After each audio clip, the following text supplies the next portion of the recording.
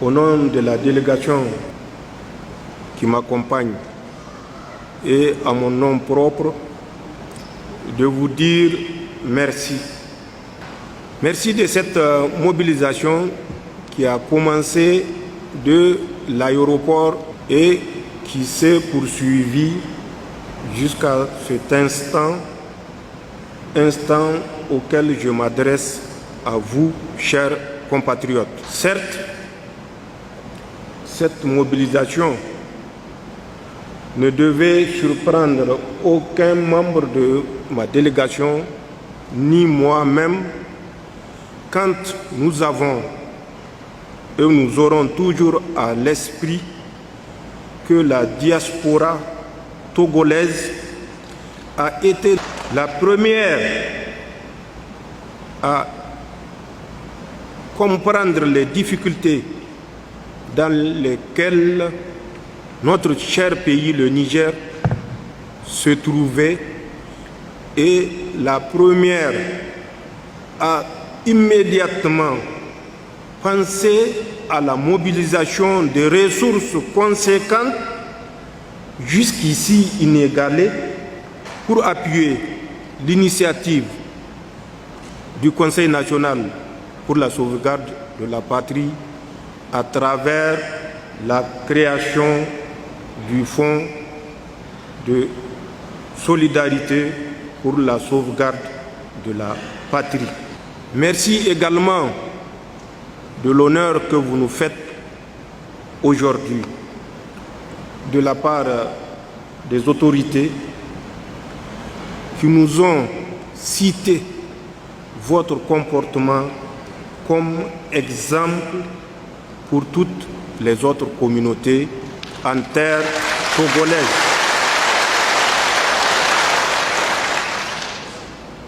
C'est un honneur pour nous, représentants du Niger, d'entendre des éloges en ce qui vous concerne, en ce qui concerne votre comportement dans votre pays d'accueil, le Togo.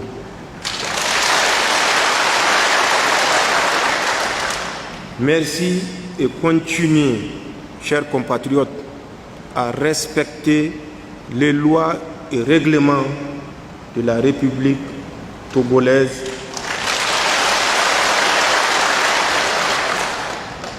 qui vous a accueilli, qui vous a accepté et qui vous a permis de conduire vos activités dans la quiétude et la paix la plus totale.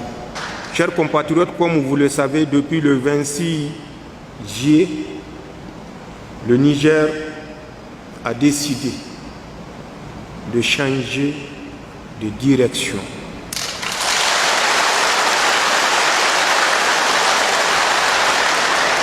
Et comme le disent les compatriotes restés au pays, la Boussannino.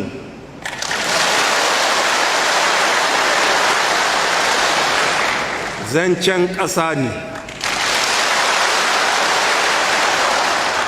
C'est pour la souveraineté de notre pays, notre chère patrie, le Niger. Nous avons, depuis 65 ans, marché au pas de ceux qui ont des intérêts autres que l'intérêt national.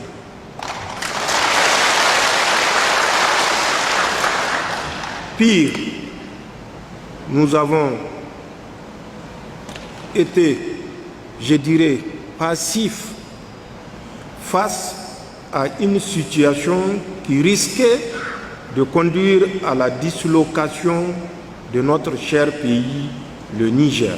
Nous sommes convaincus que si le 26 juillet n'avait pas eu lieu, nous ne serons pas là à parler de la Boussannino Zanchan Kasani. Le 26 juillet n'avait d'autre objectif que de montrer que le Niger, un pays plusieurs fois millénaire, même si ce n'est pas en tant que République du Niger, mais un pays quand même plusieurs fois millénaire peut choisir sa voie et tracer sa voie autrement que ce que nous avons connu jusqu'au 26 juillet. Et c'est cette raison fondamentale qui nous a amenés à agir pour ne pas porter le poids devant l'histoire, le poids d'avoir croisé les bras au moment où il fallait agir. Chers compatriotes, chaque action entraîne une réaction. Et ça, quel que soit le bien fondé de l'action. Et c'est cette situation que nous vivons aujourd'hui dans la mère patrie, le Niger. Puisque déjà le 30 juillet, la CEDEAO s'était réunie à Abuja pour décider d'un embargo total sur la République du Niger, sans que la moindre occasion ne nous soit donnée pour expliquer les raisons de notre intervention. Chers compatriotes, c'est dans ces moments difficiles que la diaspora du Togo a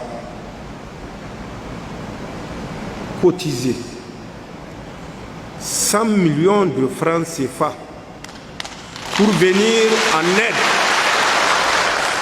au fonds de solidarité, mais également aux orphelins et victimes de conflits et de terrorisme, ainsi que les organisations de la société civile au pays. Nous vous en remercions et je ne le dirai jamais assez.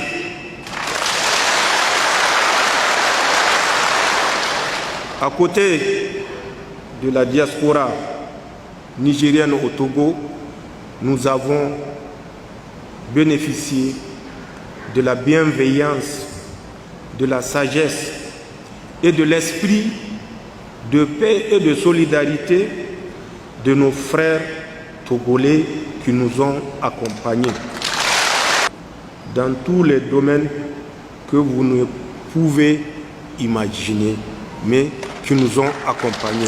Et pour ça, il était important que nous fassions le déplacement de Lomé pour leur exprimer notre gratitude, la gratitude du peuple nigérien, la gratitude du Conseil national pour la sauvegarde de la patrie, la gratitude du gouvernement nigérien.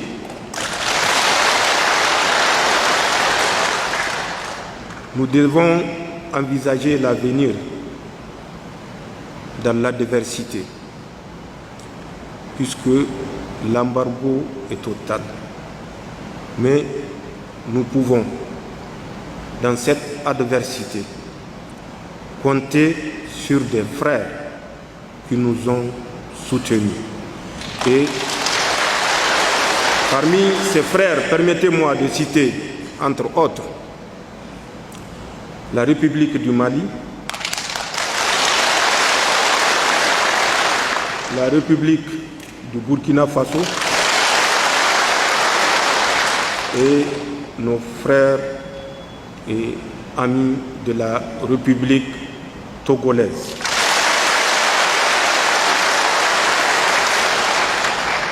Le Niger est un État souverain et qui désormais décidera en fonction de ses intérêts et rien que ses intérêts. Nous avons dit à partir du 26 juillet que toute relation qui ne tiendra pas compte des intérêts du Niger ne sera pas acceptée, en tout cas par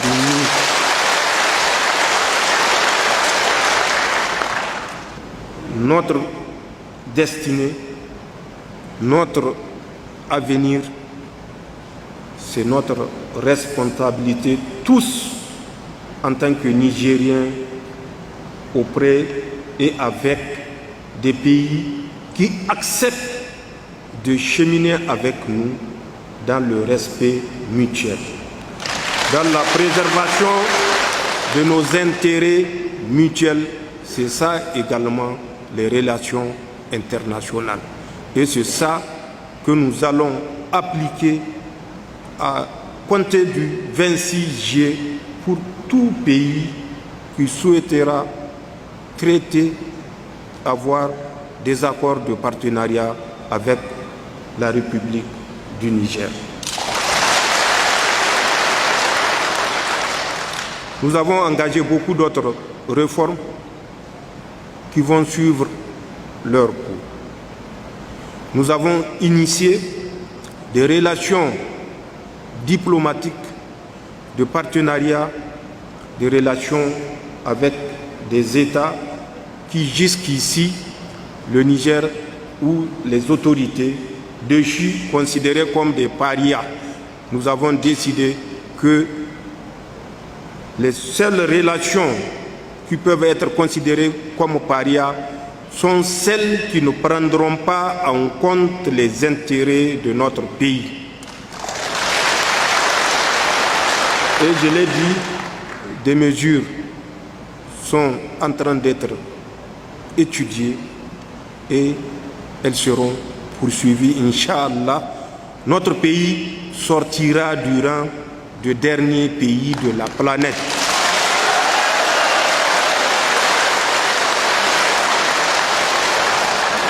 Sur ça, nous comptons sur vous, nous comptons sur tous les Nigériens, nous comptons sur tous les amis du Niger.